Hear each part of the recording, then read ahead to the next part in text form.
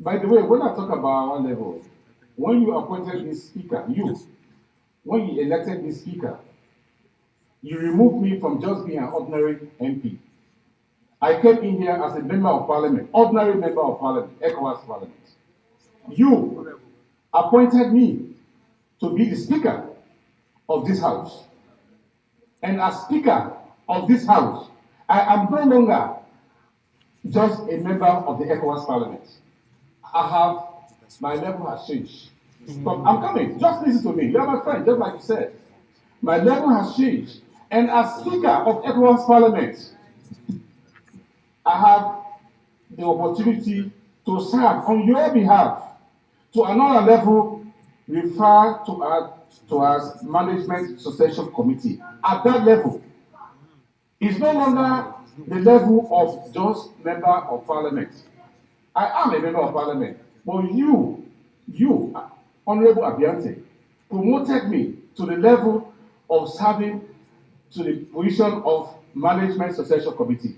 By the way, just for your information, and with all due respect, Management Succession Committee, for those people who may not understand, is like the board of directors of the Ecowas, the entire Ecowas. Out there is different, my brother. Whichever we look at it. I agree with you. I'm coming. Just listen to me. Please. No, that's what I'm saying. That's what I'm saying. I just decided. Abiate, wait. Just hold on. At the management level, just hold on. When you put it at our level, okay. What do you want me to say? Please. At management succession level, okay, let me reframe it. At management succession level, is that okay with you? Okay, thank you. At management succession level, comprising of the president of the commission, myself, the president of the court, the auditor general, the director general, the auditor general, the director general of JIBA, and the director general of WAHO. That's the Management Succession Committee. You appointed me. Your vote. Understand me? Let me come to that. Now that we are clear that side. On the issue of the ticketing, honorable members, this is something we have discussed over and over. We have discussed this over and over in the last sessions. In Loni, we discussed it. We discussed it. Okay, then the president of the commission want to say something on that. No, Mr. Speaker and honourable members, my apologies. My only concern was when the honourable member said, I promised and I did not fulfill my promise to get back to you. And I just wanted the president of the parliament for this house that I have responded just like I promised. It's not the substance I want to discuss here. I mean, I have problem with, but it is the charge that I promised and I failed to fulfill that promise. And that's why I said... President of Commission, I had advised that we should just concentrate on what we have come to do today. We'll handle the other in plenary. Because even if we have to go by the way you are saying it, sir, it also does not work. The promise was made to us in plenary. So whatever you have done behind the scene, I'm not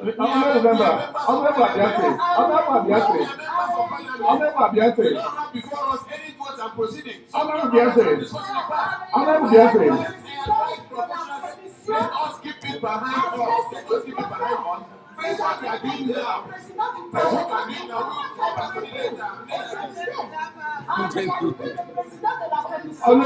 Honorable Abiante and Honorable Karibali. Mais le président du Parlement n'a pas fait de retour aux députés que nous sommes parce qu'il n'a aucune considération pour nous. Le problème a été posé en plénière. Et donc, si le président de la commission a dit qu'un retour serait fait, il a fait le retour au président, ce qui est tout à fait normal, puisqu'il faut respecter la hiérarchie. Mais le président devait aussi nous donner l'information. Mais comme il n'y a pas de considération pour les députés, c'est pour cela qu'il a gardé et traité l'information à son niveau. Et c'est la même chose qu'il a fait pour ce qui concerne l'employé Jean 01 Jean. Je suis désolé, nous ne sommes pas ici pour jouer de la pauvreté.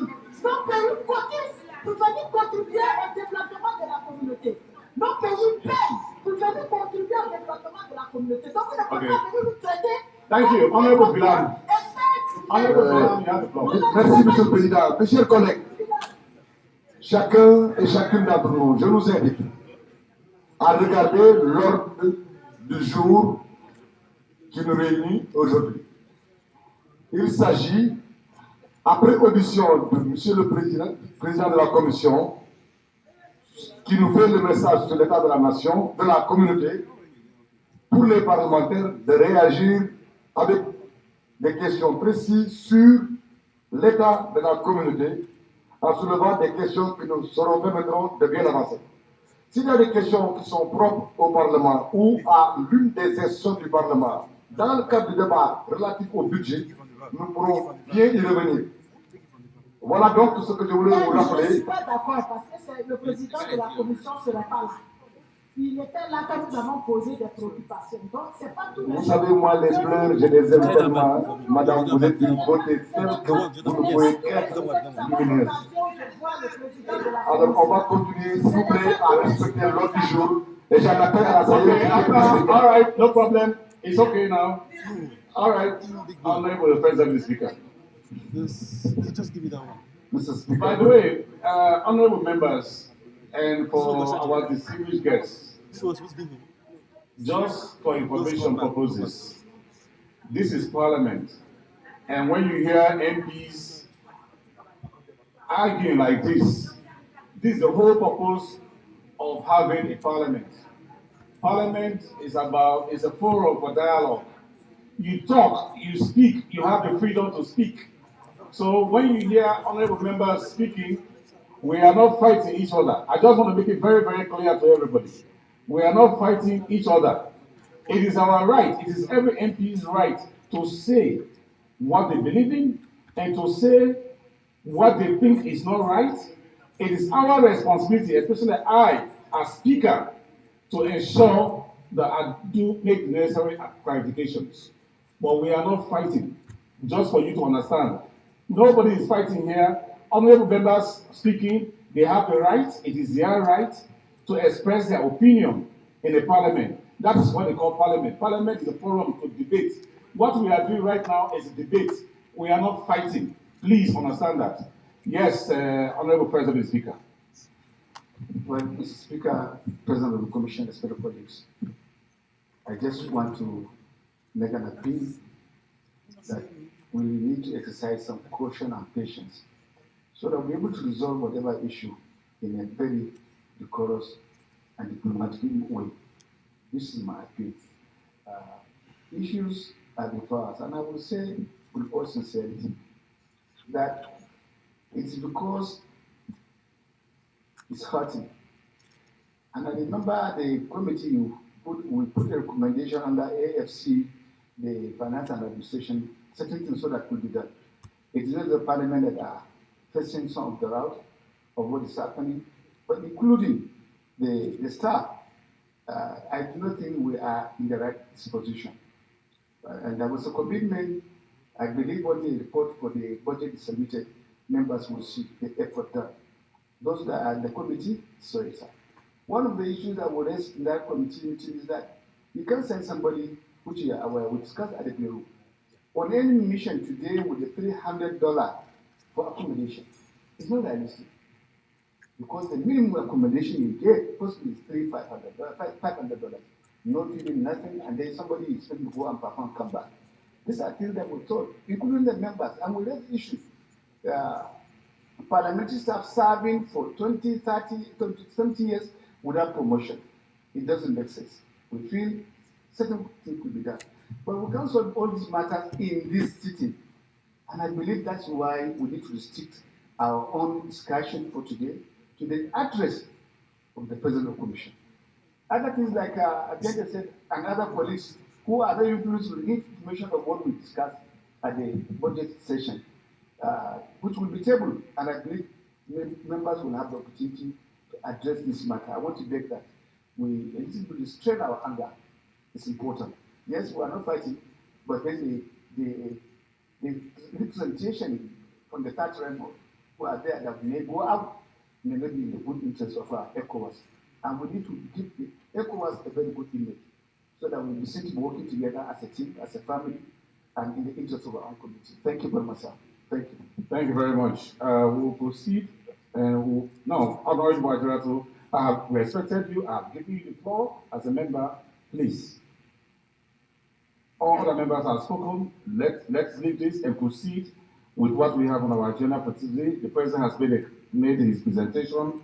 Let me allow other members to contribute. Honorable Ogini. Thank you, Mr. Speaker and fellow colleagues. The issue I wanted to really emphasize and be talked about briefly by Honorable Michele. A lot of the coups that happened in West Africa under Ecowas, they are happy because democracy is not being properly wiped. When there are elections, they are not properly done. So if a man like in Liberia, George Weah, in an election that is very tight, even before the thing came out, accepted defeat, we need to commend him very seriously. Because if we don't commend him, other African leaders, we don't know what benefits there is or how good it is for one to accept the outcome of election.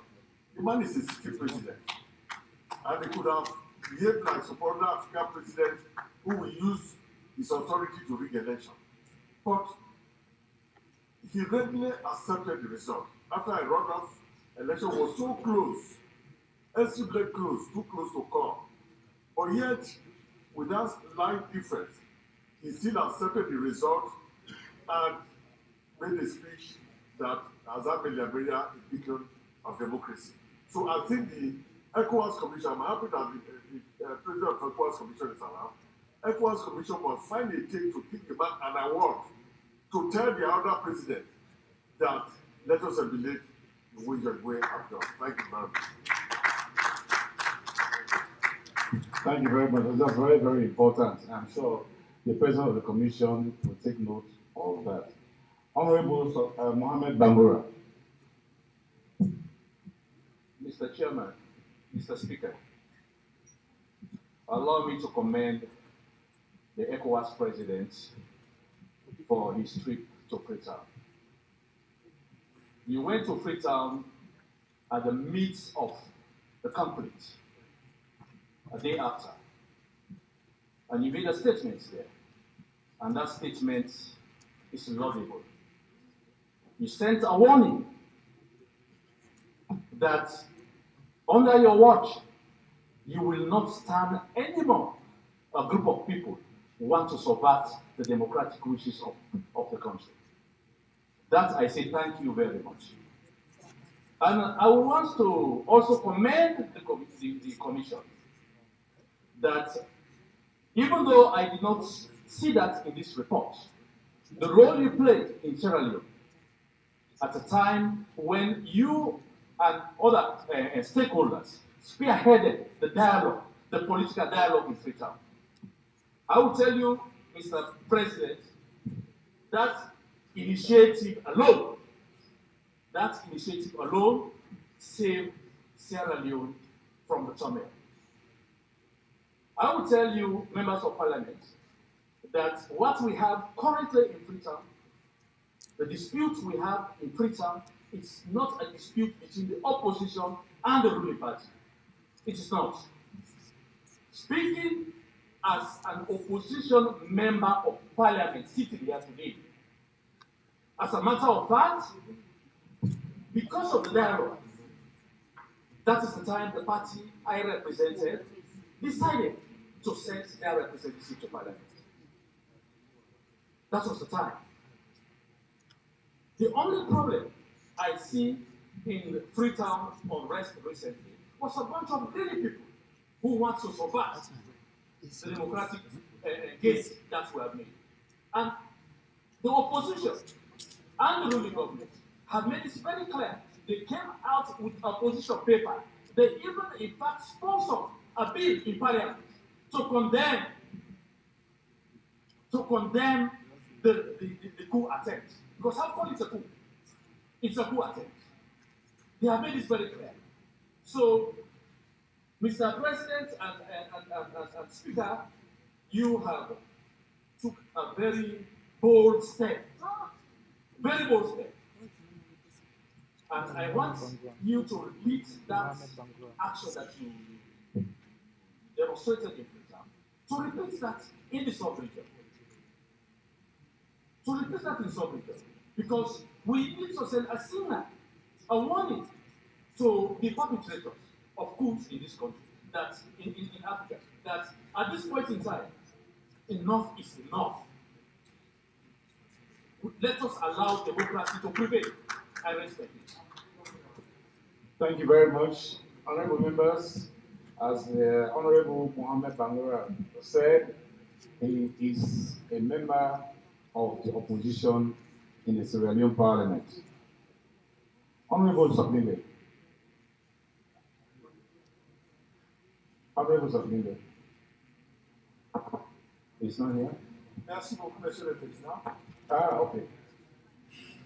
Monsieur le Président, je voudrais joindre ma voix aux honorables députés qui m'ont précédé pour adresser nos sincères félicitations et administrations au président de la Commission pour sa présentation et le manque d'humain qu'il a eu à effectuer à la tête de la Commission depuis sa prise de fonction.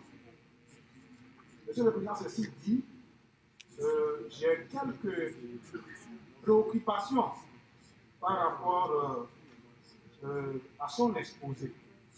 Nous aurions souhaité vraiment, comme les collègues l'ont soulevé, que ces documents soient mis à notre portée avant cette présentation, mais qu'elle n'a pas de temps. Néanmoins, nous avons retenu quelques points sur lesquels nous voulons nous prononcer.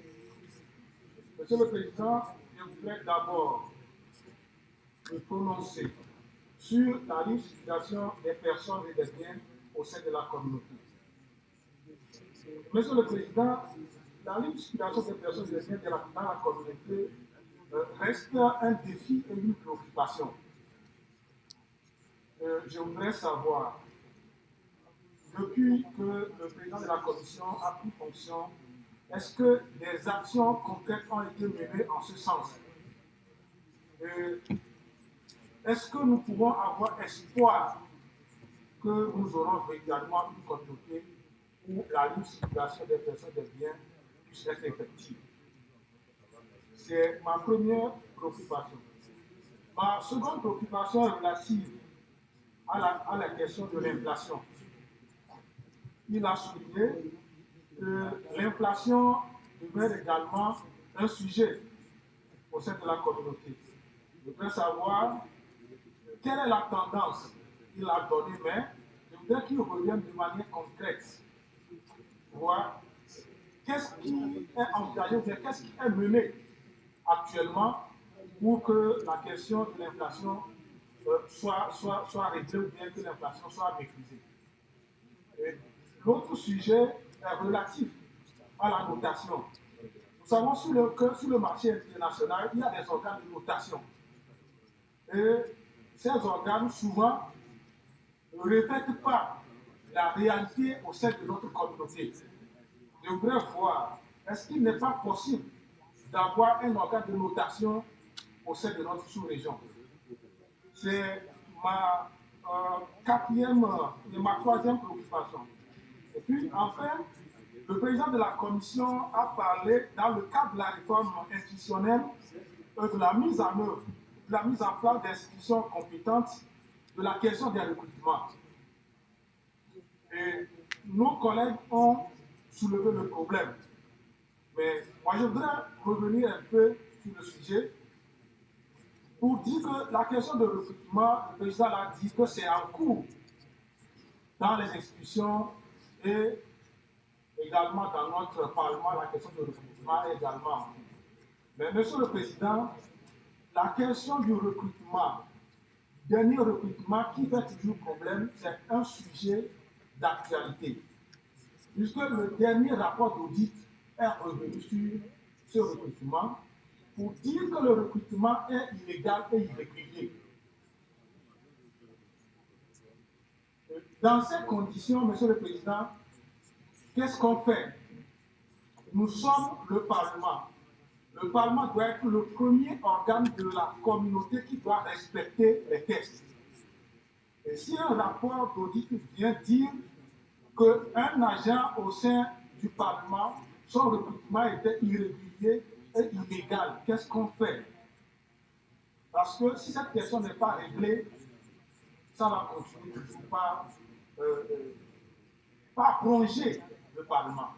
Monsieur le Président, je voudrais savoir qu'est-ce qui peut être fait. Merci beaucoup, Monsieur le Président. Thank you very much, Honorable Sotibe. Honorable Emerson Lamina. Thank you very, very much, Mr. Speaker. Mr. Speaker, Honorable Member.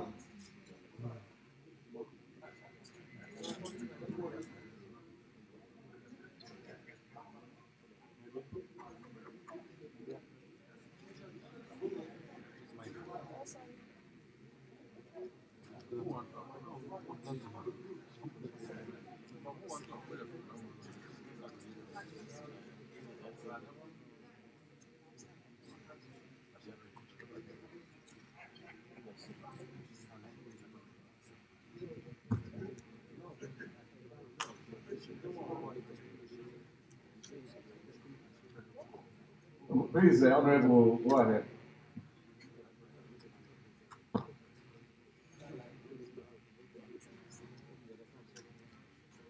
Check his mic, please.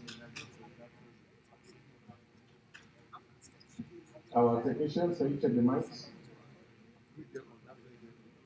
Okay, he's booking. Just on a minute or so.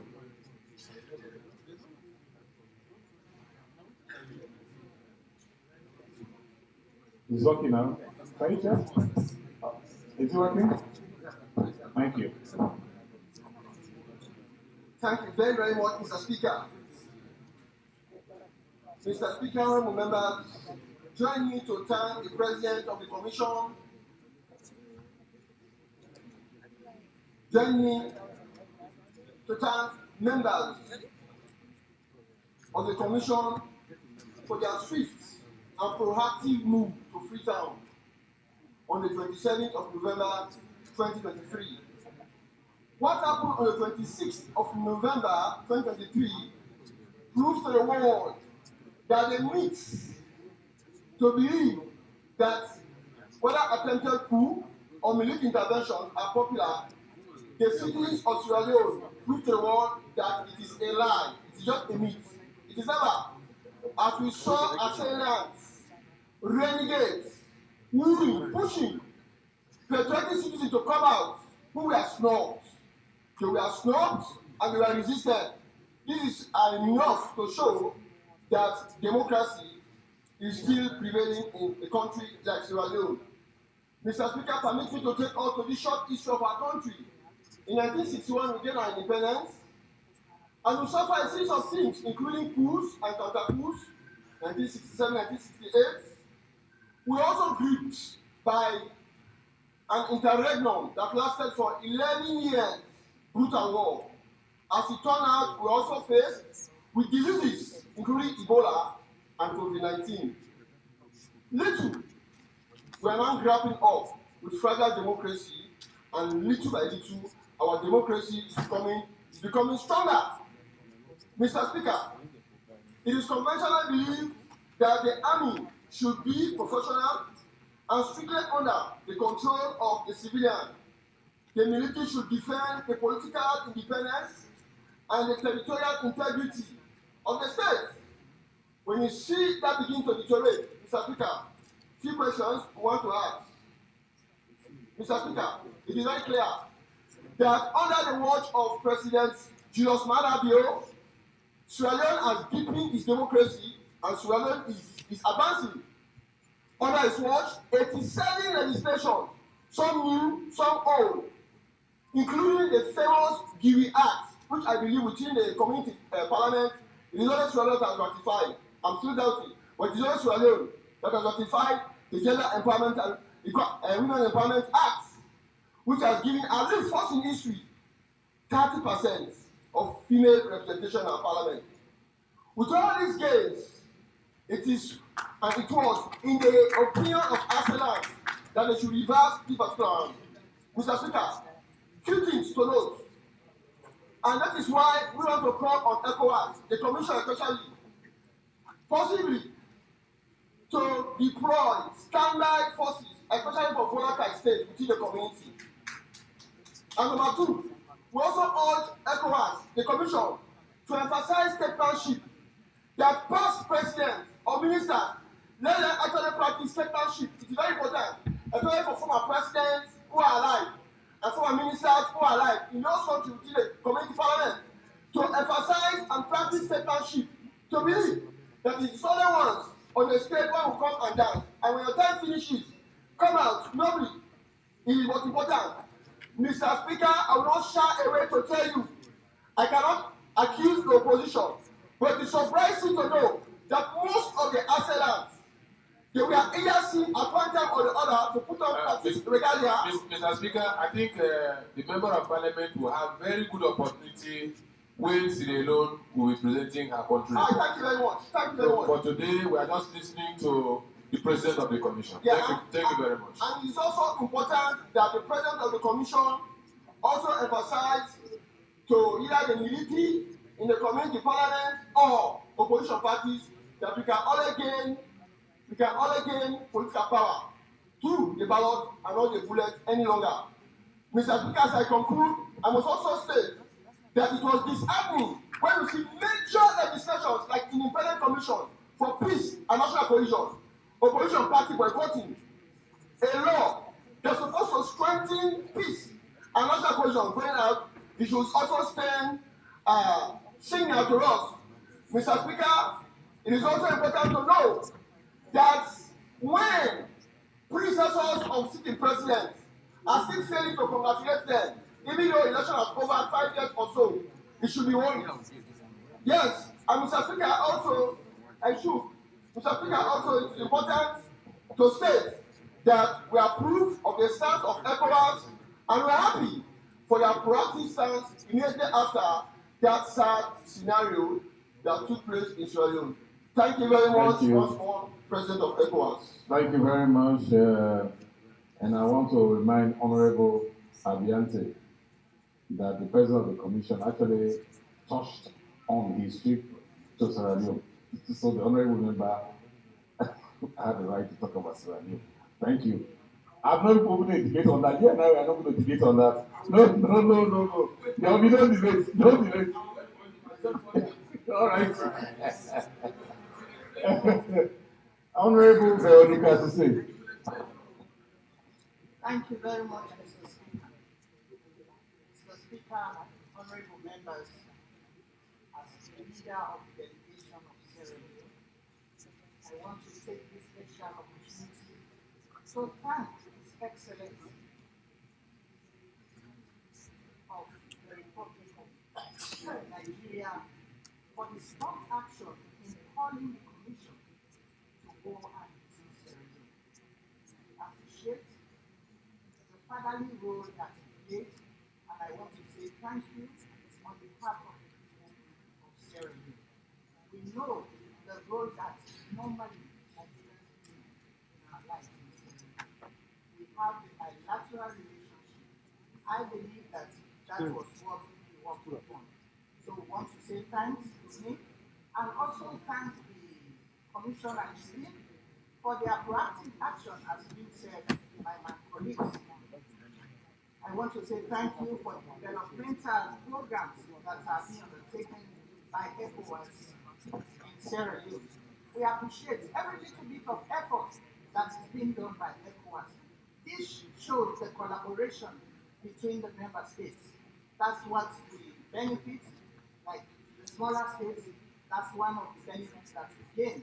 Because talking about the levies, it is not charged because you are small, you are big, or you are little, or you are big. We pay the same. So therefore, we should enjoy the same benefit. We want to say thank you. And may God bless the Ecowas and let us stay united. But Mr. The Commissioner, my concern here is the people are dying. The women are dying. The children are dying. We are suffering whenever there is coup. Now we have heard, and we have heard from the French countries, and now it has started in the African countries, in the States.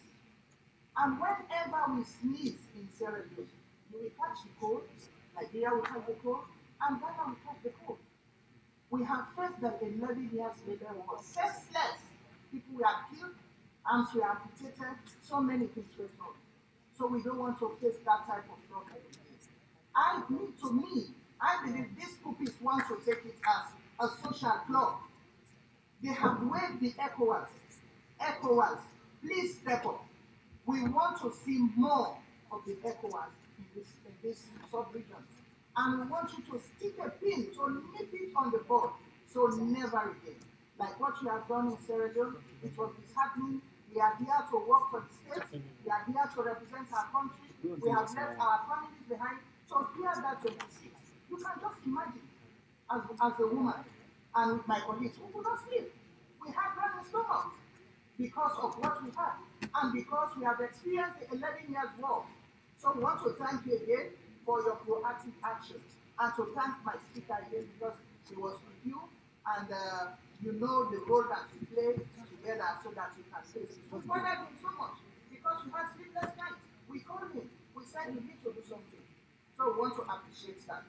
Please step up and want to say a robust action. It's not only about condemning. Let us name and bring these people to book. Whether all those people who collaborate, we need to bring them to book. This was what we failed to do until Codex engulfed the whole of the review. So we don't want that again.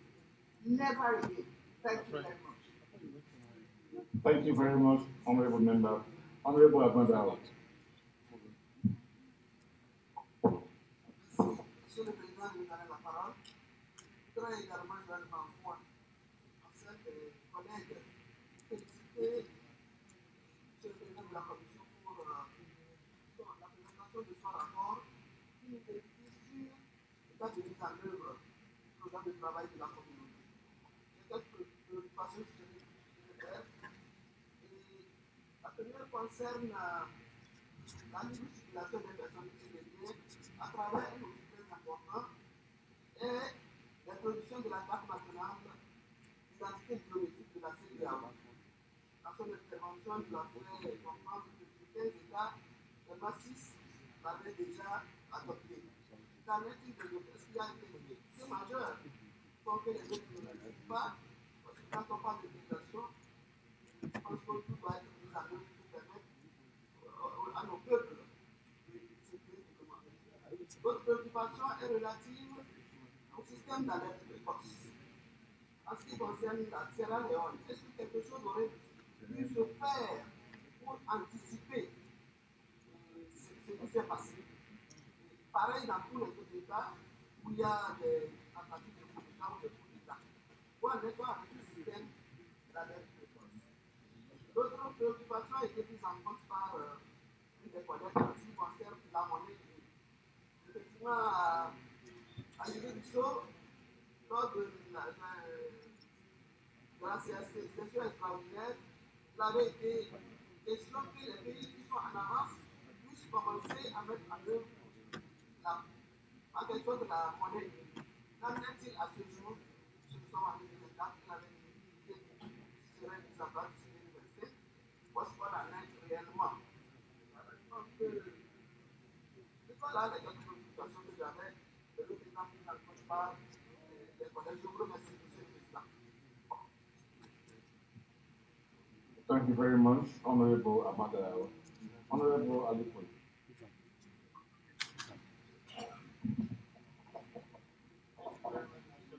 One.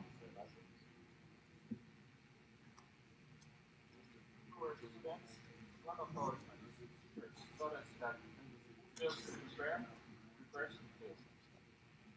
If we wait for things to get back before we start doing something, we're already in trouble.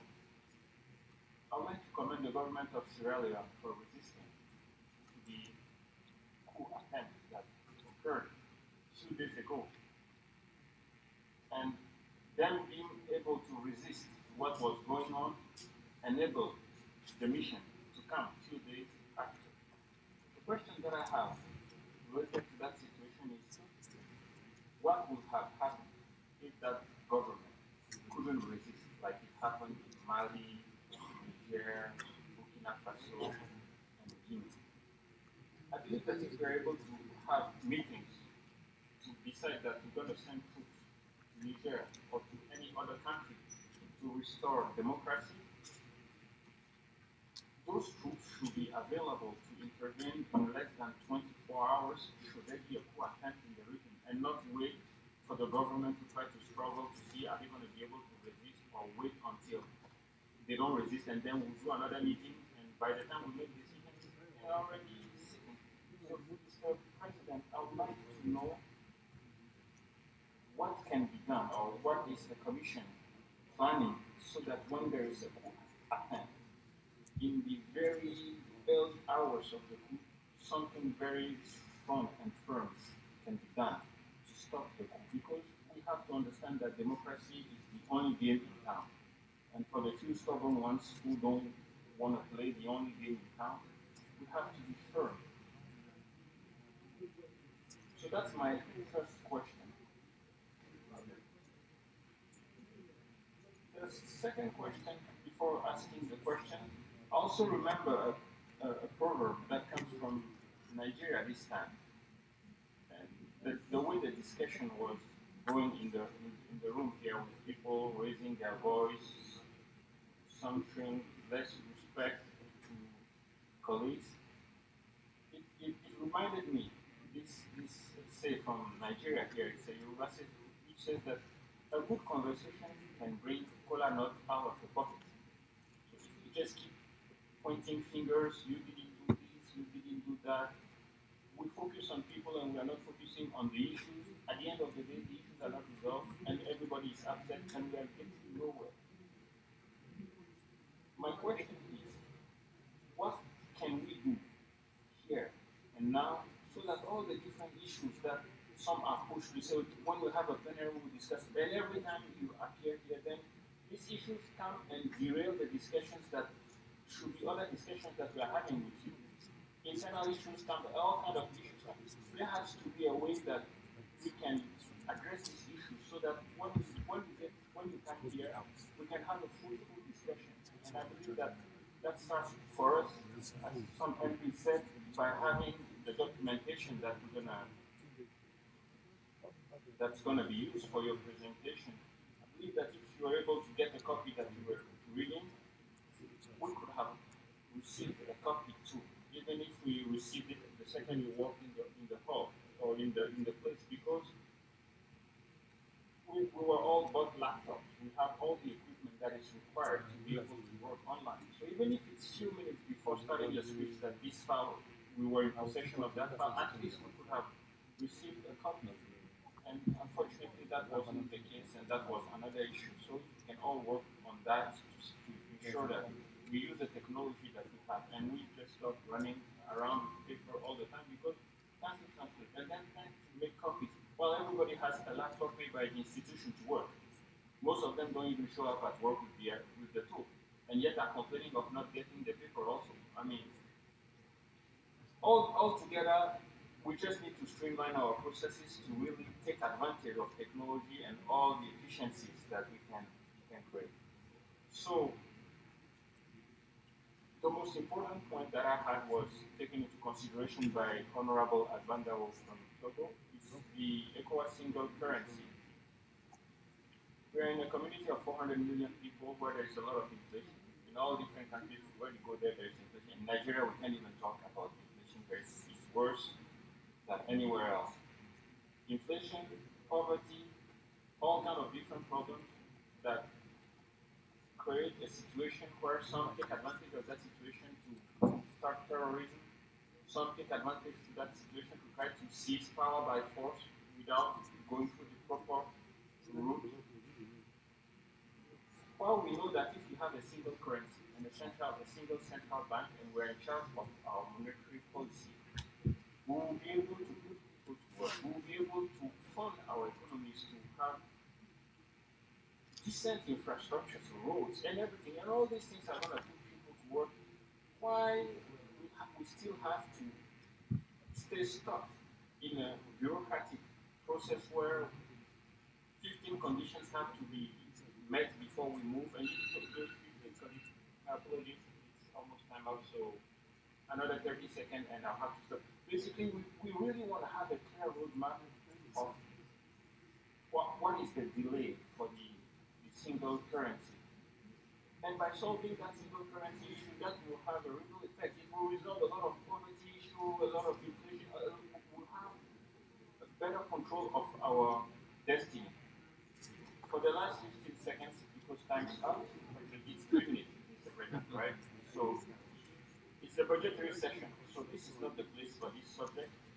But I believe that our president and the bureau and everybody is doing his very, very best to put us in the best possible conditions to operate.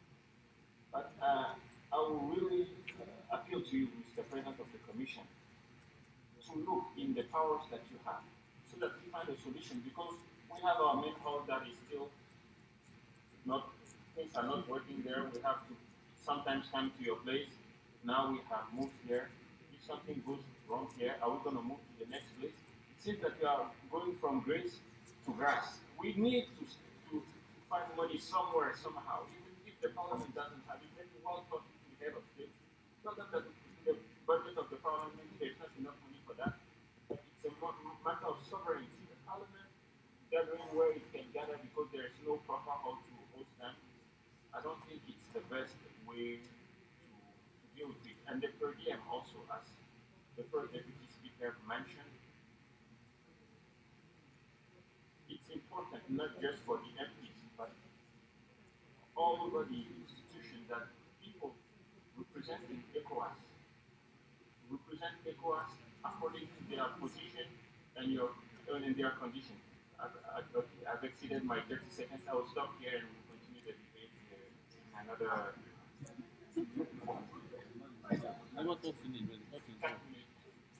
Thank you. Thank you very much, Honorable Ali. That was the last speaker. But just before the president, I'll give the floor to the president. On the issue of the air conditioning system for our chamber, I want to inform our members that we have the approval already from the president of the commission. But as you know, the chillers are not in the shops for sale. They have to manufacture them, so it takes some time. But we believe that by the end of March to April, it should be ready for installation. And by the first ordinary session, I'm sure this parliament will be in the original chamber. At this point, I will give the floor to the president of the commission to respond to the concerns of the honorable members. Thank you, Right Honorable Speaker, honorable members of the Parliament. It is indeed a pleasure for me and colleagues to listen to you, your comments and observations and questions on the various points I have touched upon in my report. And as I indicated, what we have before you is a summary or a PowerPoint presentation of the report. The full report will be made available once it is completed for all the details that some of you would require. The first point from Honorable Paula relates to why we are calling the situation in Niger an attempted coup. This is more technical and more legal because ECOWAS does not recognize the military authorities in Niger as a government. That is why we continue to call it an attempted coup because the constitutional president is under detention, and for ECOWAS, President Bazoum remains the president and head of state of Niger. Until the heads of state take a different decision, we will continue to refer to the situation as an attempted coup. The second question relates to the need to notify member states when we are doing some projects in member states. I fully agree with you. I think we need to do more of that so that members of parliament will be aware of the various interventions that ECOWAS is undertaking in your various countries. Question from Mr. Khalifa relates to the same nomenclature we continue to use for Niger. And the second point from Honorable Khalifa is the building of the ECOWAS headquarters. I think with regard to the Parliament, the Honorable Speaker will provide more information on that. But I can say that all efforts are being made to ensure that all the institutions get their own facility. And this is important against the recent development we are experiencing, a very really difficult and sensitive matter. As we speak, one of our headquarters has been sealed up by the police because of court judgment against the owner. So this underscores the need for ECOWAS to have its own, to have everybody in ECOWAS owned institutions. This is important. Now, the event in Sierra Leone, this is from Honorable Sheka. We should, the Honorable is recommending that we should do more than condemnation.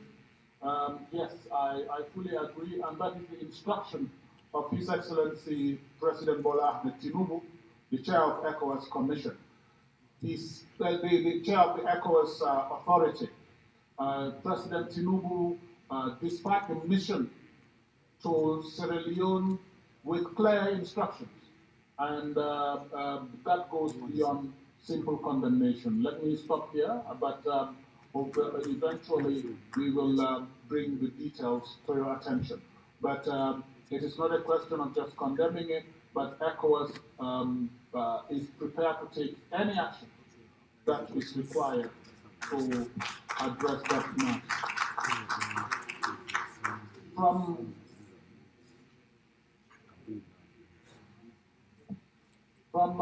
Honorable Asante, the level of instability in the region is worrying, and he did ask what are the common denominators. I think the common denominators would very much depend on who is looking at the situation. But for us in ECOWAS, we feel the changes in geopolitics and then the new realities of communication, which facilitates fake news and disinformation, are some of the common denominators. And secondly, the geopolitical situation is such that lawbreakers or those who don't go by the Constitution easily get support from others. That makes them more brazen. These are some of the realities. But I think what we have as a community is a strong community that stands against unconstitutionality. And that position, we want to thank all of you for standing with the rest of the community against unconstitutional practices. The common denominator might also be attributed to certain difficulties that people exploit. Economic difficulties, some people would exploit that, but this is made easy by the uncontrolled social media and disinformation that is beyond our own capacity, because the level of disinformation is such that the machinery behind it is bigger than the machinery of the 15 or the communication machinery of the 15 member states put together. This is the challenge we are facing. And we're working with partners to see how best we can address this. What safeguards do we have in place?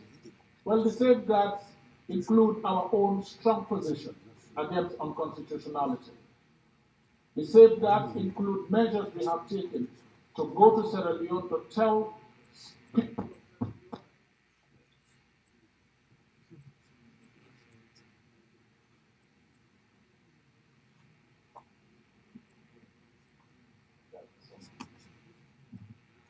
the safeguards include our strong positions against unconstitutional moves. It also includes actions we have taken in places like Sierra Leone, where we went and spoke to the people about ECOWAS's full solidarity with the people, ECOWAS's zero tolerance for unconstitutional change of government.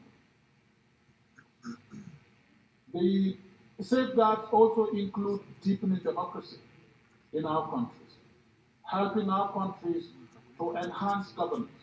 These are all safeguards, and if you look at our strategic priorities, we're giving a lot of attention to governance and deepening democracy in various countries. And this is why we take we pay particular attention to elections.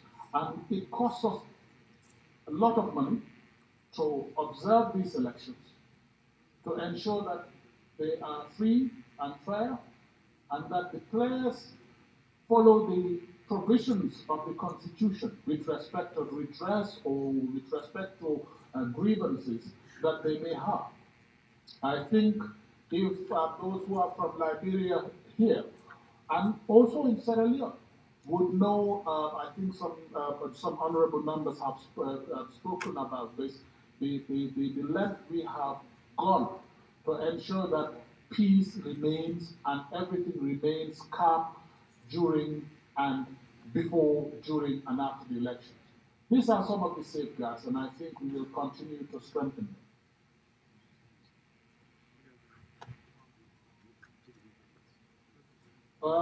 The Honorable Kaipe also talked about the elections in Liberia. Yes, I think most of you must have seen the communication we have issued, the communique we have issued on Liberia, where we congratulated the president-elect, but saluted President Ware for his leadership and his commitment to democracy.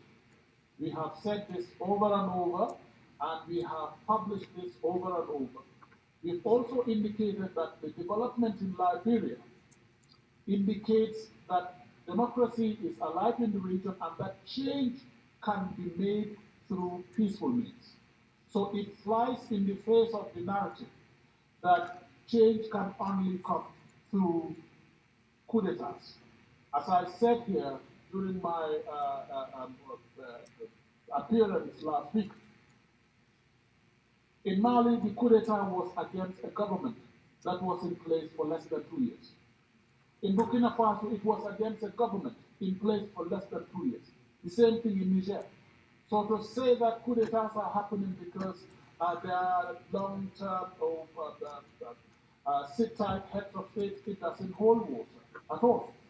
It is just a narrative that we need to just throw in the dustbin. It is just a fake narrative.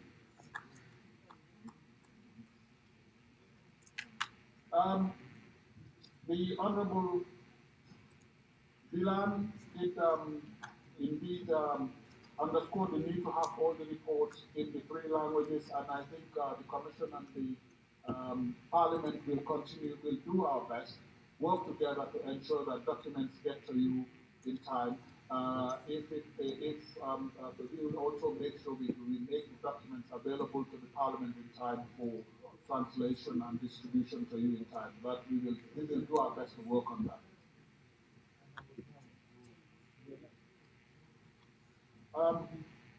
Honorable Wilan also expressed the concern that the development in Sierra Leone on the 26th of November will not lead to witch hunt. I can assure you that was an undertaking that the government of Sierra Leone made when we visited there, because it was part of the message that the chair has asked us to deliver. In fact, he has asked us to emphasize the need for the process to respect individual freedoms and individual human rights, and to ensure that no witch hunt is undertaken or condoned by the security forces. I just want to make, and the president has made his commitment in this area. What we are doing in Guinea, Mali, and Burkina Faso, Excellencies, I can tell you we are doing everything to support these countries in their march towards the end of the transition. Mali has had the referendum, and we hope they will be having their elections during the first half of 2024. The same thing for Guinea, again 2024 plan. Burkina Faso, the plan was 2024, but the situation is more difficult in Burkina Faso. As we all know, 60% of the country is not in the control of the government. We have tried to support these countries to defend themselves. Recently, I approved the contribution of the community to the defense of those countries in the tune of $1.9 million for each country, to enable them to acquire equipment to defend themselves. And this is the contribution Ecowas continues to do. We will continue to do our best in this area.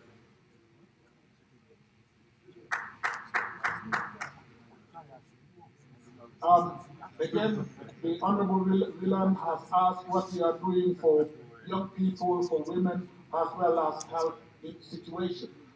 For the health situation, particularly the dengue fever you have referred to, we have just approved $1 million to support Burkina Faso to address the dengue fever. And this was done last week. I can report these concrete measures that ECOWAS has taken. Although Burkina is suspended, we don't look at some of these social things as any, they are part of our community problems, and our contribution is done in that context. So a $1 million contribution has been approved for Burkina Faso to address the problem of dengue fever, which threatens all of us. What we are doing for young people and women, of course we have the programs for young people and for women, but overall, the whole integration is to address poverty, particularly poverty against women and young people.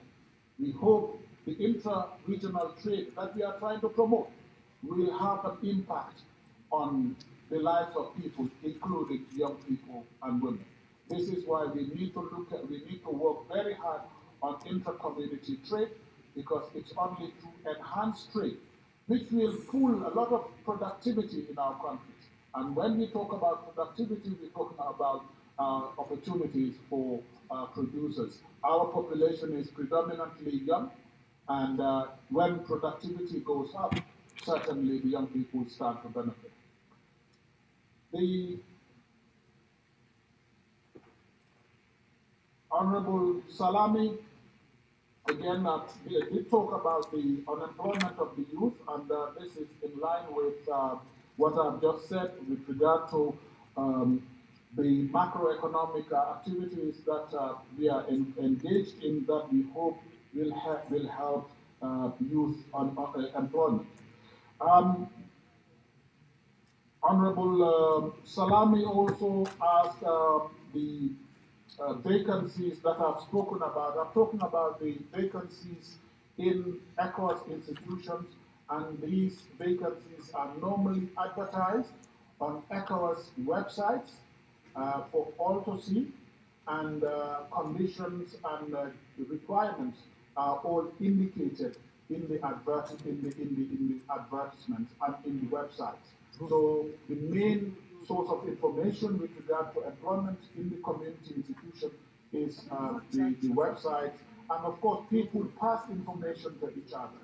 So this is what I can say with regard to this, because I do understand your concern for transparency, and we will do our best to make sure the processes are fair and transparent for the best of our ability.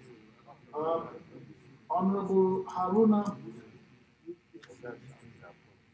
did talk about the economic difficulties and the problem of high interest rates, as well as their impact on business opportunities. I can't agree with you more. Yes, our economies are facing such difficulties. Interest rates are going up, and some of them are based solely for the cheap money.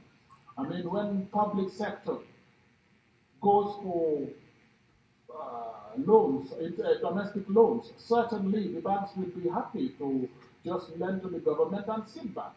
They are not interested in perhaps taking the risk of lending to retailers or to or private sector or to businesses, because the government is the biggest consumer. So they just take the money and enjoy free money, because they know when they when government floats its treasury bills or whatever, I mean, they get security there. These are some of the challenges. That is why public debt is a major criteria for the single currency that many of you have spoken about. We need to be able to bring some of these public debt situations under control so that we can work on these single currency.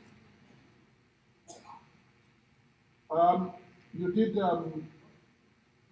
indicate, Honorable Haruna, the ECO visa issue. ECO visa is being finalized, and it is not for citizens of Ecowas. It is for third country citizens to enjoy free movement within the region, just in the model on the Schengen visa. It has to be piloted properly, and then member states will just will then assess whether to scale it up to other group of population. Liberian president to be celebrated, certainly he should be recognized and celebrated, because what he has done is speaks volume for democracy, for statesmanship, and this is what we have highlighted in our communique and in the letter that I humbly addressed to both him and the the president-elect of Liberia. These things are good news, but unfortunately, no good news makes headlines.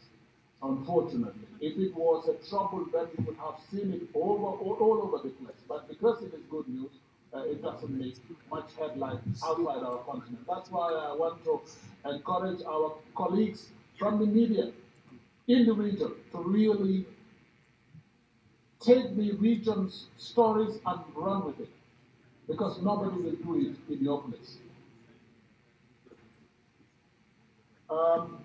Honorable Ajaratu also spoke about the need to talk about the documents to be, the need to have the documents distributed. As I said, I fully agree with you.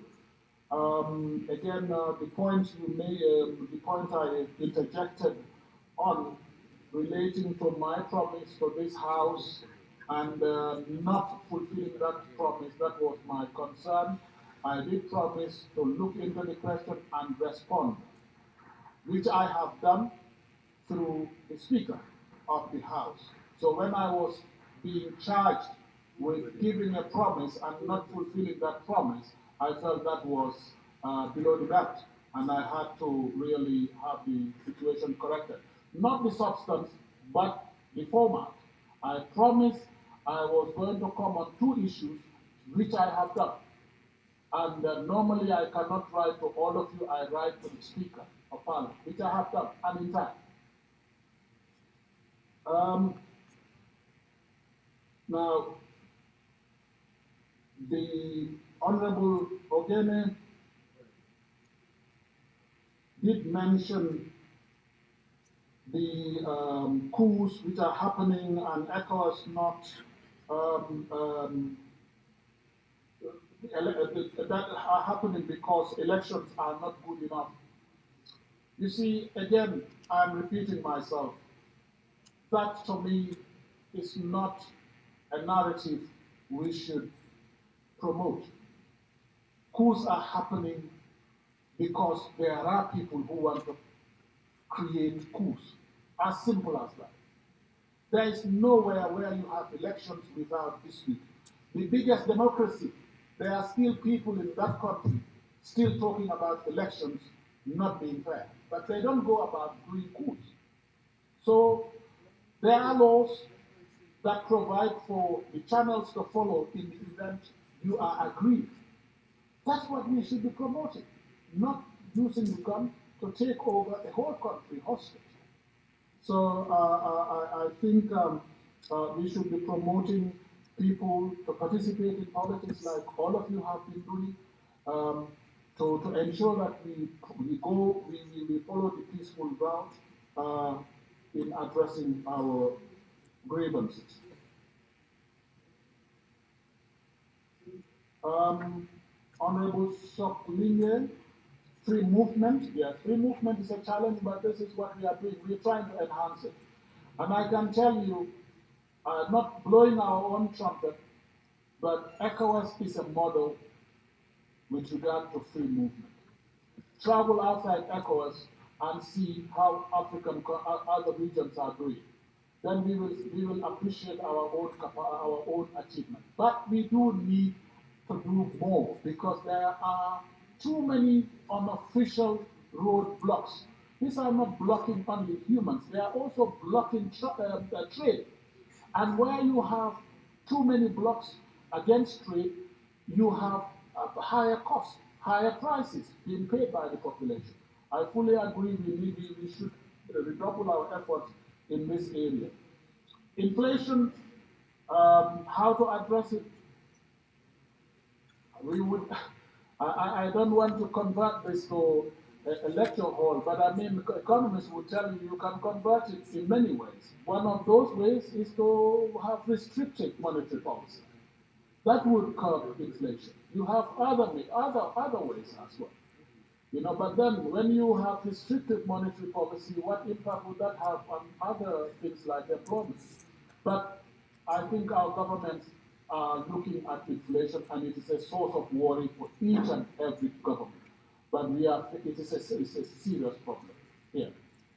The Honorable Suckling also talked about the rating agencies. Yeah, rating agencies remain a problem.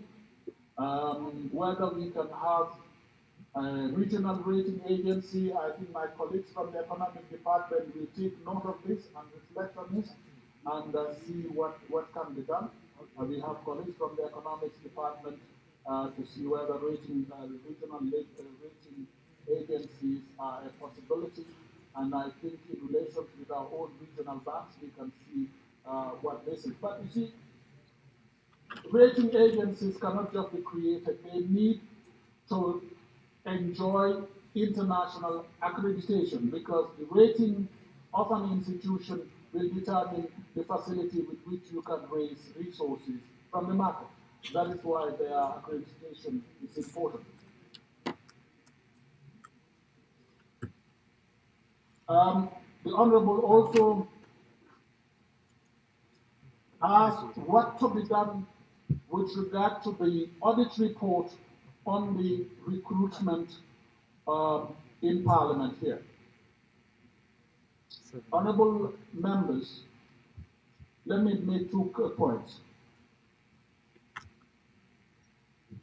The audit report, when it was presented to me, I did indicate my disagreement with the conclusion of the audit report because when I read it, it looked like I did not agree with it for various reasons. They singled out a case among several cases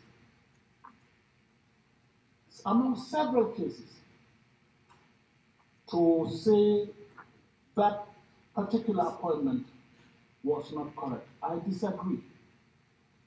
The Management Succession Committee that the Speaker of Parliament has spoken about is made up of the President of the Commission, the Auditor General himself, the Speaker of Parliament, the President, the DG of JABA, and the DG of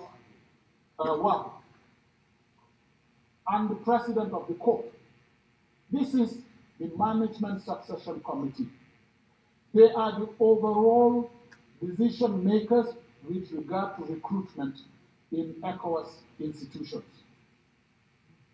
Now, if you ask me whether it is best practice in international institutions that somebody applies for a position, he is not considered for that position, but the management felt in the interest of the institution, the person can be offered something else. If you ask me whether it is best practice, I will tell you yes, because, let me say this. This happened before we came here, so let us detach the two. But having been closely linked to international institutions, either directly or indirectly for the past 27 years, I can tell you, yes, it is. Mr. President, I thought we have agreed that we will discuss this at a later stage. Parliament has a committee called Public Accounts Committee, and audit reports are supposed to be discussed by that committee before they are sent anywhere. So if you sit here to tell us international best practices, we're not in international best practice forum. We're in Ecowas Parliament. You would have just done us justice to allow Parliament to take charge of that. And whatever resolution they reach, they'll forward to you. You won't break down on Parliament. You can't take our powers away. You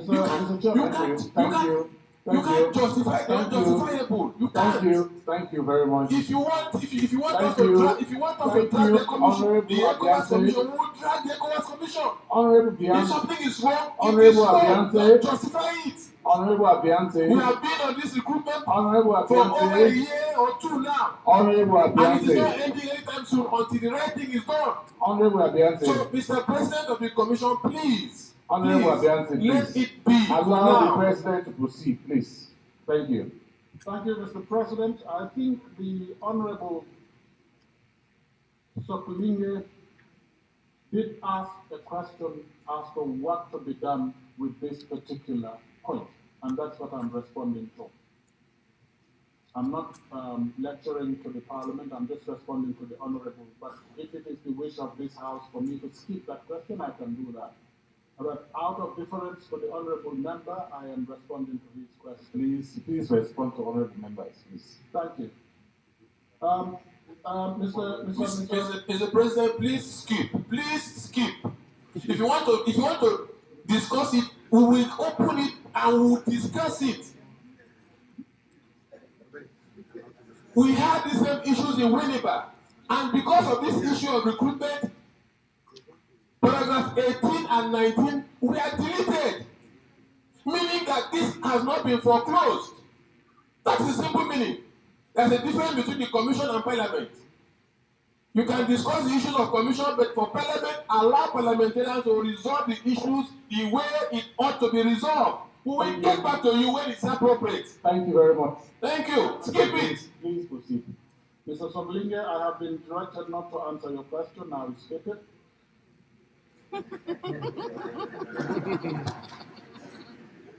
Honorable Lamina did talk about the intervention or the quick, the swift move to Freetown, to Sierra Leone. We appreciate that the president of the chair of the authority has taken that step. It was done under his leadership, and we all owe him our recognition.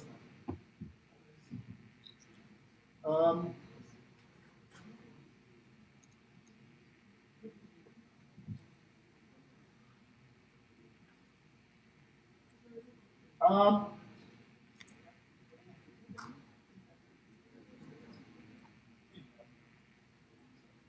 ECOWAS, this Honorable Veronica, ECOWAS should do more against coups. Yes, when we talk about ECOWAS, we're talking about all the institutions, including this parliament. We need to do more about the coups. We all should speak with one voice against coup d'etats in our countries. I think we need to do that, and we should support our leaders in the positions they have taken against coups. That is the only way we can go and stop coup d'etats in our country. Honorable Abando did talk about the biometric card not being widely adopted. I think we are working with member states to ensure that all of us, all the member states, adopt this biometric card because it helps citizens. If you want to travel with your ECOWAS ID card and arrive at airports, it's only the biometric card that can allow you to do this.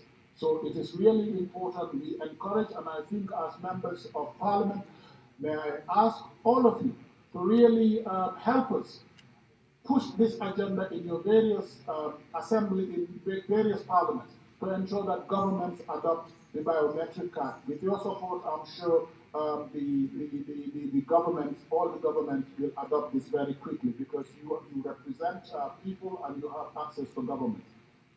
The single currency, the role of early warning against coups. Our objective is to make our early warnings as good as possible, but early warning centers are not intelligence gathering centers, unfortunately. And unless we are able to develop our capacity for intelligence gathering, our early warning activities will just give us some red flags, but would not take us very far.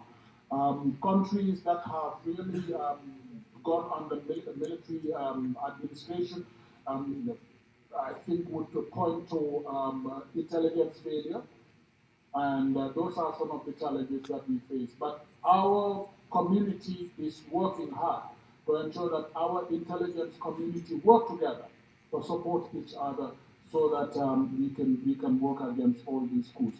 Single currency, when are we up to see, when are we having it?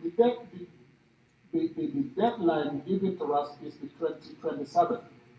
And the objective of the heads of state is to launch the single currency in 2027. But there are a number of conditions that need to be met. One of them is public debt must be brought under control. Inflation must be brought control. And there are other yardsticks that need to be used. So we do hope that our member states will meet these objectives. But it is not very easy given the current circumstances, especially after the COVID-19.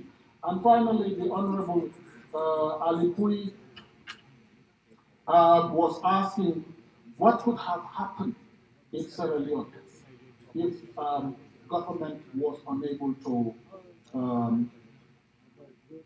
resist. Really, it would be difficult to say what would have happened, but anybody who walks to an armory, breaks in a military uniform, we all suspect one motive, and that is a coup. That is all that you can suspect. You can. I mean, they could have gone to attack somebody's shop if they were just armed robbers or something else. But going into a military facility, breaking into the armory, or fighting with the government, with the soldiers, I think the only objective was to stage a coup. So we can conclude that we would have had a coup in Sierra Leone if the loyal forces did not push back, and that would have meant another tragedy for this region. At a time when people are going ahead with development, we are still fighting about coup d'etats. It is very tragic. I agree with you. We will work with the President of the Parliament to make documents available to you. Again, there was a question on single currency, which I've just addressed. And the space of the Parliament, I think the President of the Parliament has also talked about that. the per diem rate. I do take note of your concern about the rate of the per diem, and we do hope that we can bring this to the attention of the competent authorities of the community. Mr. President, with those words, I would like to thank you. I apologize if I have skipped anything. Thank you for your attention. Thank you very much. Honorable parliamentarians, intervention has Monsieur le been made. Président, Monsieur le Président. No, I'm not playing this again. C'est pas un débat, No. c'est pas un débat. Je voulais juste dire au président de la commission, d'abord lui présenter de l'excuse s'il a trouvé mon intervention un peu longue. Mais en fait, je savais très bien qu'il avait fait sa part. Et j'ai voulu l'amener à dire à tous les députés qu'il a fait sa part concernant les préoccupations que nous avons portées ici au Parlement. Et que la balle était dans le camp du président du Parlement. Je vous remercie. Thank you. Thank you very much. Dylan, I want to close this debate. Président, c'est à propos des prélèvements communautaires. Monsieur le Président de la Commission, merci pour des réponses claires, apaisantes, rassurantes. Je prie Allah qu'il vous garde en bonne santé, parce que vous avez une sérénité qui vous permet de répondre à tout le monde avec clarté. Mais puisque vous avez lancé un appel aux députés que nous sommes, pour que nous puissions faire un plaidoyer en vue de généraliser la carte biométrique, je voudrais vous en remercier et vous demander à propos du prélèvement communautaire. Que pouvons-nous encore faire davantage? Pourquoi je pose la question? Nous étions 15 pays et on peinait à mobiliser les prélèvements communautaires qui sont la source principale du budget de toutes les institutions. Maintenant, nous sommes 12. Je peux même dire 11 presque. Et dans le cadre de l'état de la nation, de la communauté, cette question-là, elle est d'importance. Est-ce que nous ne pouvons pas faire une résolution du Parlement qui demande aux États qui continuent, qui ne sont pas sous sanction, d'augmenter leur part de versement et de travailler à verser effectivement cela. Sans quoi, les problèmes que nous soulevons relativement à la cherté du coût de la vie, à l'augmentation du salaire des fonctionnaires que nous voulons, à l'augmentation du taux de nos pensions, etc., nous ne pouvons pas le faire. Surtout que, Monsieur le Président, vous avez dit que les jeunes et les femmes sont une préoccupation essentielle compte tenu de la structuration de la démocratie. Si nous voulons des programmes spécifiques qui vont impacter les populations, il faut que les États fassent des efforts pour permettre à la Commission d'avoir des programmes qui impactent sur le quotidien des populations. En tout cas, nous vous exhortons à cela, nous vous encourageons. Si vous pensez que nous devons faire une action spécifique, dites-nous-le et on va trouver le comment de ce que nous allons faire. Merci. Thank you. Comment? Micro. J'ai dit que l'honorable Milan a déjà dit qu'on est 11. Il a déjà suspendu les listes. Il a anticipé. Oh, oui, bon. Ça. Merci beaucoup, c'est gentil. Thank you. I think what Honorable Milan said just now is very, very important. Maybe the President can talk a little bit about it, the community levy. Thank you, Honorable President, Honorable Villan. I think it is important that this matter is raised here. As you all know, each member state levies 0.5% on top of all the levies at the country level. And for imports into the country that are coming from non-Ecowas sources. So it means all of us are paying 0.5% to our governments so that they can transfer the money to Ecowas. Our appeal to you is to be our spokespersons in your parliaments when you are looking at the budget. When our people come to do reconciliations, you would like them to liaise with you so you can help us remind the government the need to transfer the money that citizens have paid.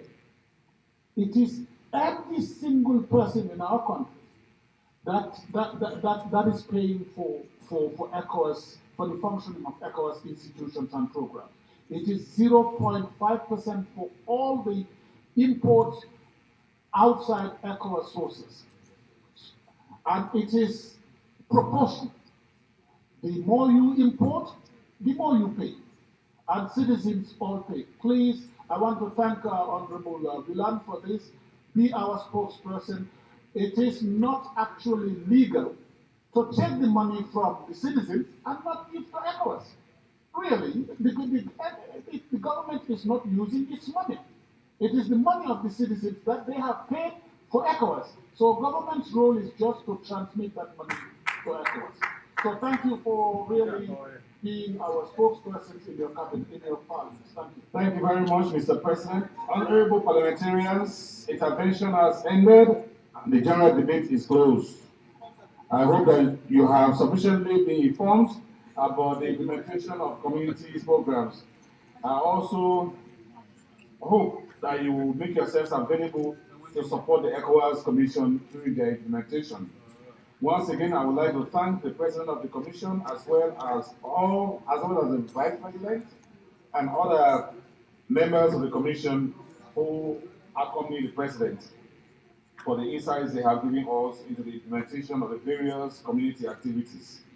Honorable parliamentarians, distinguished guests, the items on the agenda of our plenary session is exhausted. The next plenary sitting will hold tomorrow, Friday, 1st January 2023 at 10 a.m.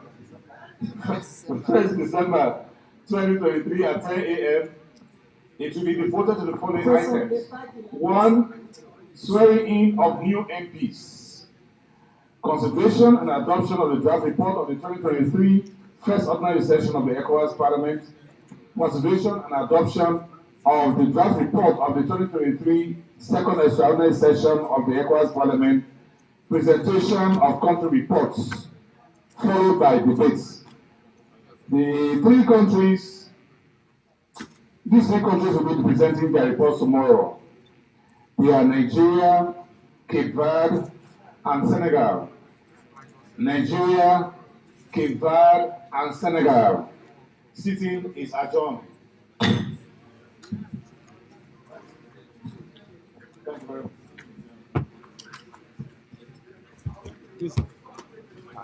Very important. They even gave it to him. Yes, not the phalanx of the people.